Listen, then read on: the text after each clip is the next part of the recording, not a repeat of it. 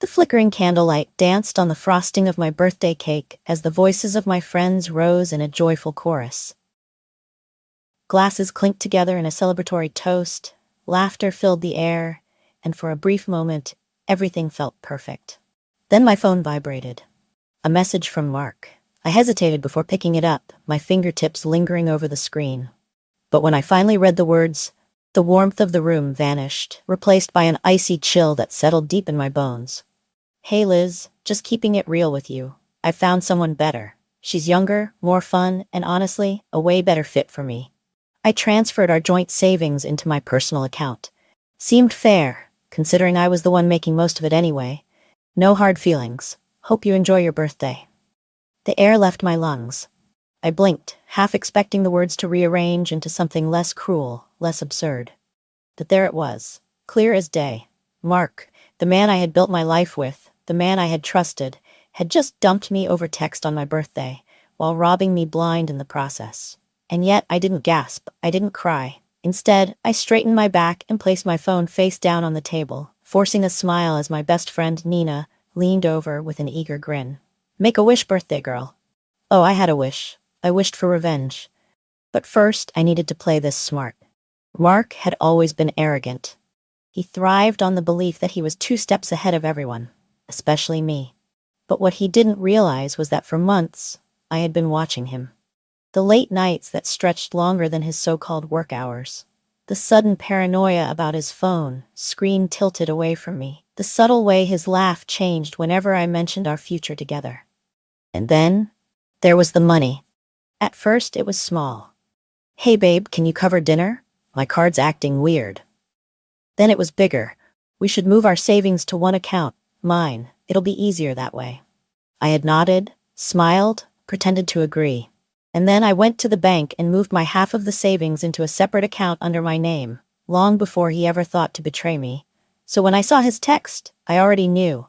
He thought he had won, but he had no idea what was coming.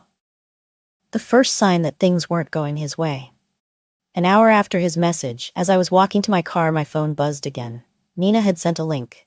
Liz, you need to see this. I'm raging. I clicked. And there he was. Mark, in a hotel room with another woman. The caption read, leveling up, out with the old, in with the upgrade. I felt nothing. No rage, no sadness. Just cold calculation. The comments? Oh, they were brutal. Damn, bro, moved on fast. Upgraded or downgraded? Imagine leaving your girl on her birthday and stealing from her. Trash behavior. That was the thing about Mark. He loved attention. He thought his social media clout made him untouchable. But he had forgotten something important. The apartment lease? My name. The credit cards? Mine. The savings? Already gone. By midnight, I was standing in my apartment making a call. Hey Dave, yeah, I need the locks changed first thing in the morning. And while you're at it, let's set up security cameras. By 1 a.m., I received a text from Mark. Hey, weird thing. I think my key isn't working. Let me in. I let the message sit. Read. Unanswered. 15 minutes later. Liz, seriously, I need to grab my stuff. Still, I said nothing. Why? Because Mark's stuff, his designer sneakers, overpriced watches, and that stupid leather jacket he thought made him look like a rock star, was already neatly packed in trash bags, sitting outside the apartment door. If he thought he could walk back into his old life, he was about to learn what it felt like to stand outside of it, staring in, setting the stage for his downfall. At 8 a.m., I made the second most important call of the day. Hi, I'd like to report fraudulent activity on my account. The bank representative's voice was polite but firm. What type of fraudulent activity, ma'am? I took a deep breath, ready to drop the first bomb on Mark's little fantasy world. A large sum of money was transferred without my permission. I have text message proof that my ex took the funds without my consent. There was a pause. Could you forward those messages to our fraud department? Of course. Happy to. By 9:30 a.m., Mark's personal bank account, the one he had so proudly transferred his money into, was frozen. By 10 a.m., I made another call. Hi, I need to report an unauthorized charge on my credit card. The rental car Mark had booked for his upgrade vacation? Cancelled. At 12:17 p.m., Mark called. I didn't answer. Then another call and another. By the 5th attempt, I finally picked up. Liz, what the hell did you do? My account is frozen, my rental is cancelled, my stuff is in the hallway. This is insane. I smiled, twirling my coffee spoon between my fingers. Oh, Mark. I sighed dramatically. I haven't even started. The beginning of the end. Mark thought he was playing chess while I was still learning the rules. But what he didn't realize was this. I had been watching, planning, and waiting. Because men like Mark, they never expect the woman they underestimate to be their biggest downfall. And this was only the beginning. Mark thought he had control, that he had played me like a fool. But what he failed to realize was that I had been preparing for this moment for months. By the time he sent that smug, heartless text on my birthday, I had already secured my finances, changed the locks, and ensured that he had nowhere left to turn. Now, it was time to watch him unravel. The moment reality hit him. At exactly 8:30 a.m., I was sitting in my kitchen, sipping coffee, when my phone buzzed again. Mark, Liz, I just tried to book in another hotel and my payment got declined. WTF is going on? I took a slow sip of my coffee before typing back. That's weird. Maybe you should check your bank. A full 10 minutes passed before my phone lit up again. Liz, my bank account is frozen. They won't let me access a single dollar. Fix this now. There it was. The panic, the fear, the realization that he wasn't in control anymore. See, when I reported the unauthorized transfer of our joint savings, the bank took action immediately. They weren't about to let thousands of dollars go missing without a full investigation. And while Mark may have thought he had taken my money, what he actually did was lock himself out of his own finances. So now, Mark was broke. And the best part, it was only going to get worse. Meanwhile, on social media, the internet never forgets. And Mark? He had been too cocky, too eager to show off his new and improved life. His Instagram post, the one where he proudly declared his upgrade, was still up. And the comments? They just kept rolling in. Damn, my guy fumbled the bag hard. Imagine stealing from your girl just to get stranded in a parking lot, LMAO. Y'all ever seen karma work this fast? This is wild. I scrolled through them, a small smile tugging at my lips. Oh, Mark. You should have kept your mouth shut, because as entertaining as the internet could be, they weren't just roasting him. They were exposing him. Someone had found his old tweets, ones where he bragged about never getting caught in his side flings. Others had dug up comments from his past exes, all confirming the same thing.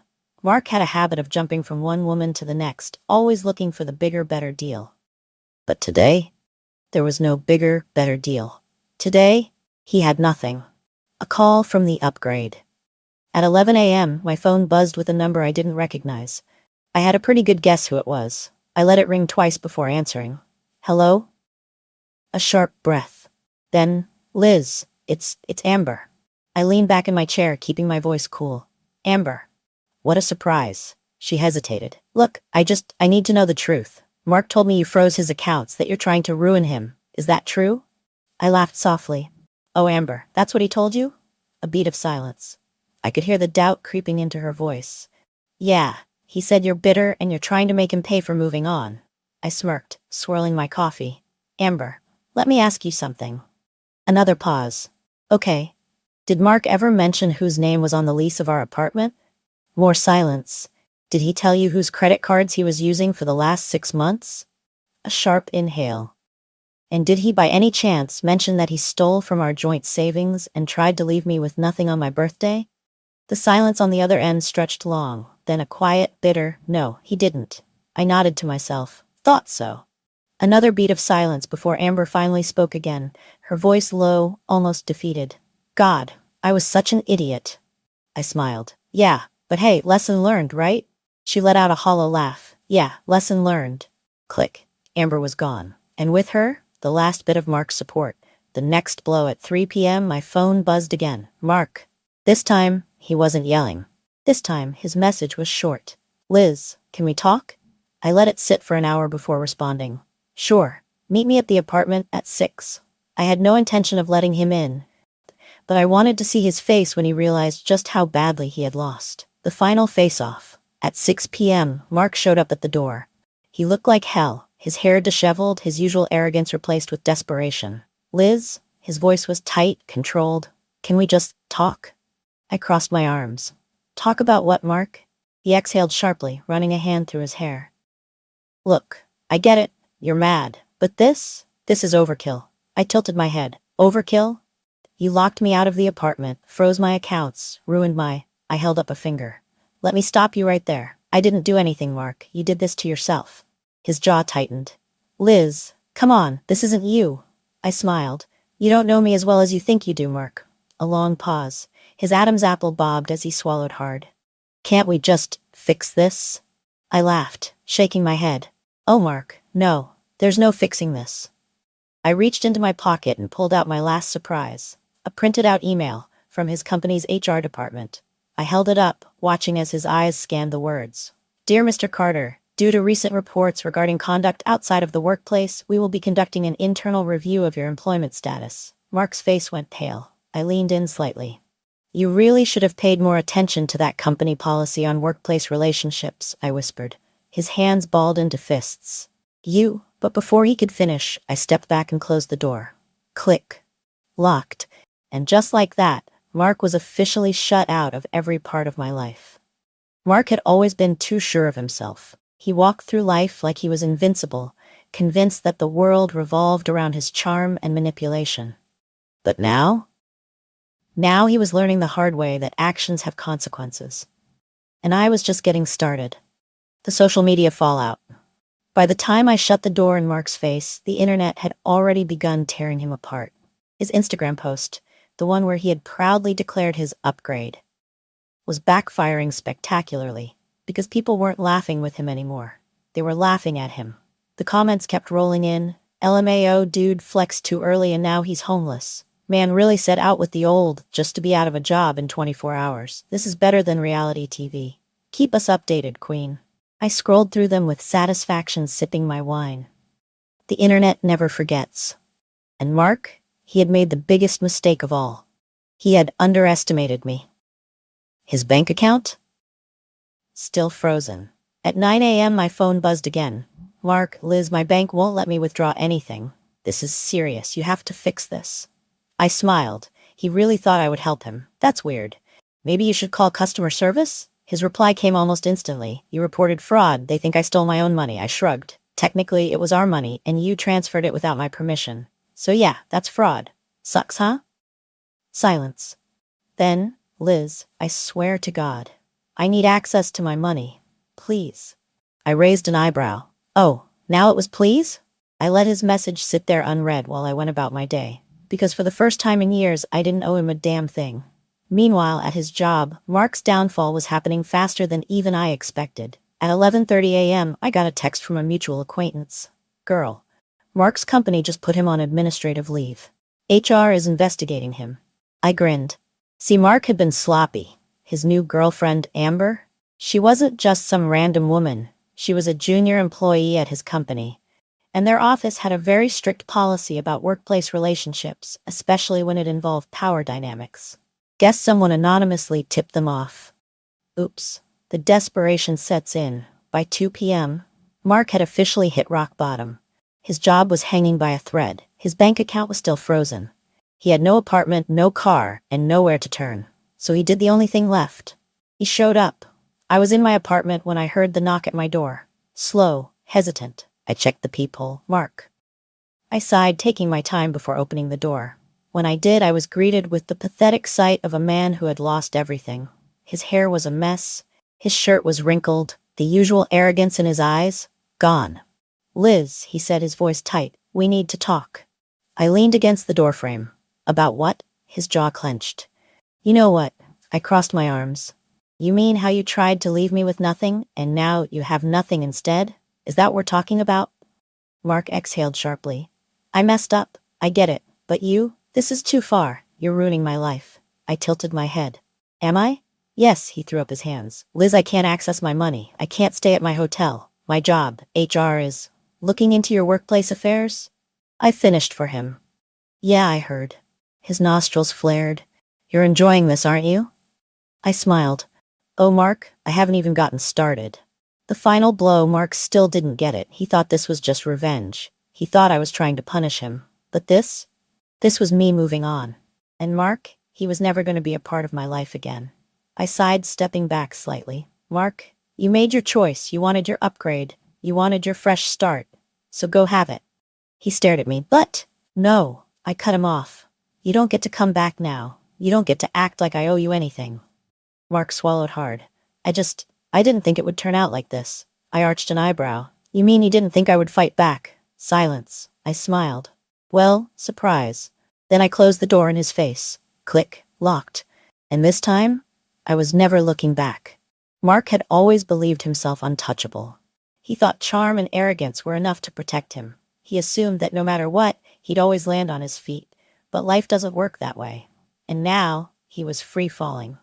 The call that changed everything. The morning after I shut the door in Mark's face, I was sipping my coffee when my phone buzzed. A message from my friend Riley.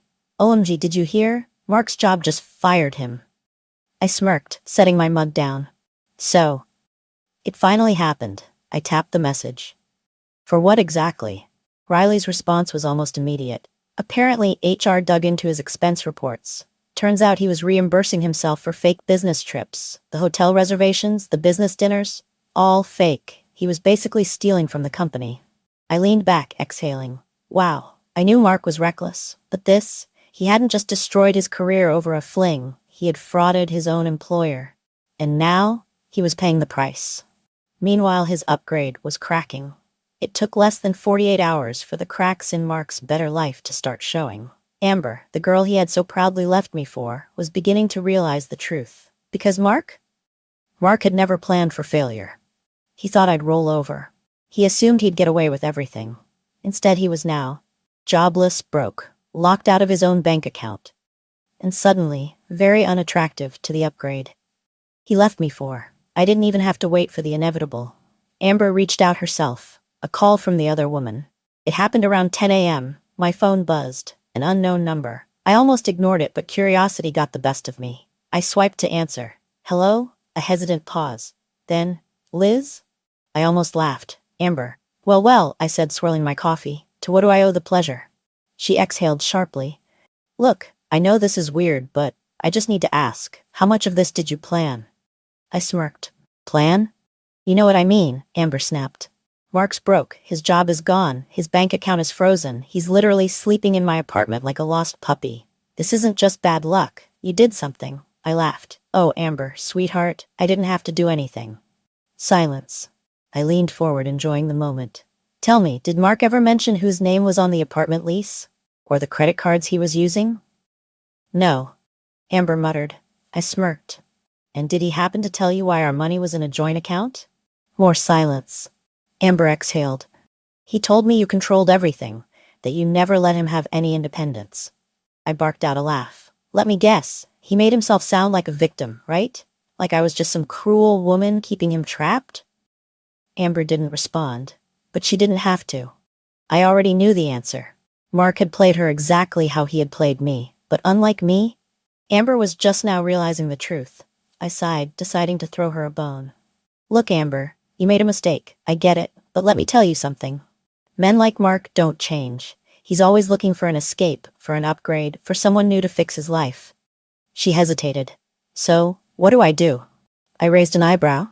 That's up to you, but if I were you, I'd cut my losses, before he drags you down with him.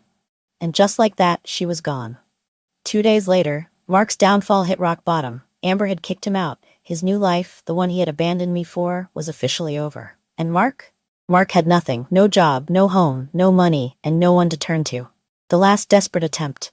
At midnight, my phone rang. Mark, I let it go to voicemail. A few minutes later, a message. Liz, I get it. You won. I lost. I need to talk to you, please.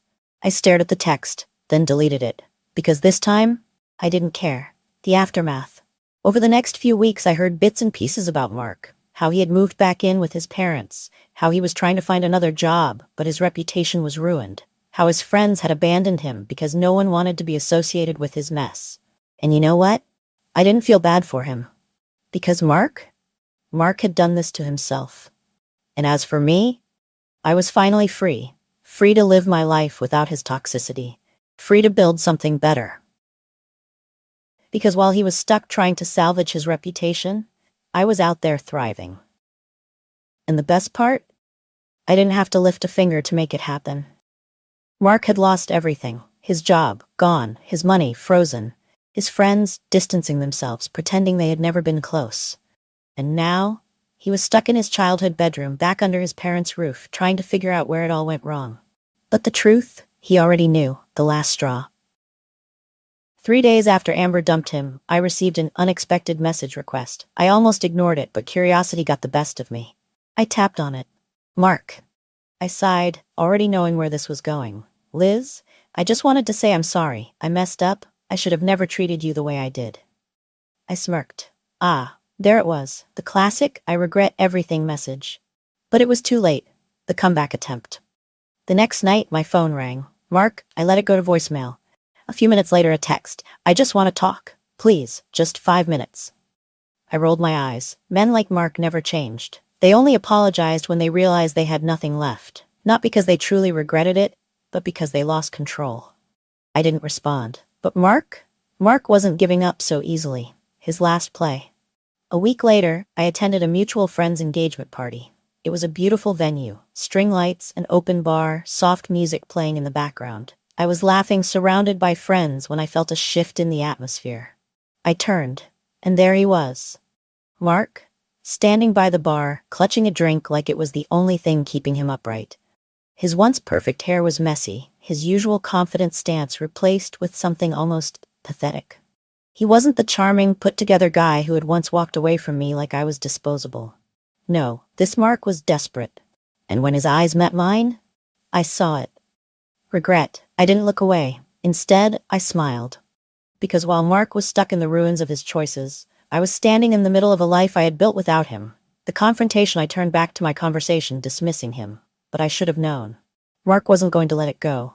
10 minutes later, he appeared at my side. Liz, he started, his voice softer now. Hey. I arched an eyebrow. Hey. His eyes flickered toward my date, the man standing beside me, tall, well-dressed, successful. His jaw tightened. You look good, he muttered. I smirked. I know. He swallowed, glancing around. Can we talk? I sighed, setting my drink down. About what, Mark? He exhaled. I need to say I'm sorry for everything, for how I treated you, for how I left. I was an idiot. I tilted my head. Yeah, you were. His shoulders sagged slightly. I didn't realize what I had until it was gone. I let out a small laugh. Mark, do you hear yourself? Do you realize how cliché that sounds? He flinched. I mean it. I sighed, crossing my arms. Why now, huh? Why not when you were running around with Amber, bragging about your upgrade? Why not when you were stealing from me, draining our savings like it was your personal piggy bank? Mark swallowed. I was stupid. I got caught up in the idea of something better, and I didn't realize I already had it. I let his words hang between us. Then I said, You didn't have me, Mark. You took me for granted. There's a difference. The final goodbye. He looked down, running a hand through his hair. Is there any way we can fix this? I almost laughed. I leaned in slightly. Mark, let me be really clear. You and I, we were over the moment you walked away. His jaw clenched. Liz, please, no. The single word sliced through his desperation like a blade. He blinked. But no, Mark, there's no but. This is it. His breath hitched slightly, like he was about to argue. But when he saw the finality in my expression, he nodded slowly. I turned to walk away. But just before I did, I delivered the last final blow. Oh, and Mark? He looked up. You might want to check your inbox. Your former employer? They're filing charges for the fake expense reports. His face drained of color. And then I walked away. For good. The aftermath, Mark's former company filed a lawsuit against him for fraud. His family stopped bailing him out. Even his parents were done cleaning up his messes. He tried to get a new job, but word had spread. No one wanted to hire a guy with a fraud case attached to his name. And as for me, I thrived. My career took off. My finances skyrocketed now that I wasn't carrying his dead weight. And the best part? I was happier than ever. Because Mark had spent so long thinking he was the winner. But in the end, he had lost everything. And me, I was free, and winning at life without him. Mark's downfall had been swift, but apparently he wasn't done yet. Despite losing his job, his money, and his so-called upgrade, he still had one last trick up his sleeve. I should have expected it. Because guys like Mark, they never go down quietly. The unexpected message. It had been months since I last saw Mark. My life had never been better. I had traveled, built my business, and even started dating someone new, a man who actually respected me. So when my phone buzzed with a new message request, I almost ignored it. But when I saw the name, I froze. Mark. I sighed, already knowing what was coming. Liz, I need to talk to you. Please. I smirked. Men like him always came back, but only after losing everything. The meeting, I agreed to meet him. Not because I cared, but because I wanted to see him one last time, to watch him realize that I had truly moved on. When I arrived at the coffee shop, I spotted him immediately, and let me tell you, he looked like hell. The expensive suits? Gone. The cocky smirk? Faded. The confidence? Completely shattered. For a moment I just stood there, taking it in. This was the same man who had once laughed at me, who thought he had traded up. And now? He was a shell of himself. I walked over, sitting across from him. I didn't say anything. I just waited. Mark exhaled, rubbing a hand over his tired face. Liz? I raised an eyebrow. What do you want, Mark? The apology that meant nothing, he swallowed. I messed up. I tilted my head. You think? He let out a hollow laugh. I thought I was making the right choice, you know? I thought Amber was something better. I sipped my coffee, uninterested. And? She left. I smirked. Of course she did. Mark exhaled. She didn't care about me. She just wanted the lifestyle, and when the money ran out, he didn't have to finish the sentence. I already knew. I leaned back, crossing my arms. And now you want what exactly? Forgiveness? His eyes flickered with something. Hope, maybe. Maybe another chance? I laughed. Not a soft chuckle. A full-blown, unrestrained laugh that made people turn their heads. When I finally stopped, I wiped a tear from my eye. Oh, Mark, you really are something else. His expression dropped. So that's a no? I smirked. Oh, that's a hell no. The final blow, I stood up, adjusting my jacket. Mark watched me with desperation. But I wasn't falling for it. Not this time. You made your choice, I told him. And now you get to live with it. He swallowed. No. I cut him off, my tone calm but firm. This is the last time we will ever have this conversation. His lips parted like he wanted to argue. But I wasn't finished. You wanted an upgrade? I shrugged. Well, congratulations. You got exactly what you deserved. I leaned in slightly. And I got exactly what I deserved too. His voice cracked. Liz? I smiled. Then I turned and walked away. For good. The epilogue? Who really won? After that, I never heard from Mark again. Rumors spread that he was struggling to find work, that he had moved back in with his parents, drowning in debt. And Amber? She was long gone, off to find her next target. As for me, I was thriving. My business took off, my love life flourished, and for the first time in years, I was truly happy. Because Mark thought that leaving me was his biggest win. But in reality, it was mine, and the best part, I never even had to lift a finger. The lesson? Men like Mark? They think they can win at your expense. But when you level up without them, that's the real revenge. And trust me, it's the sweetest kind.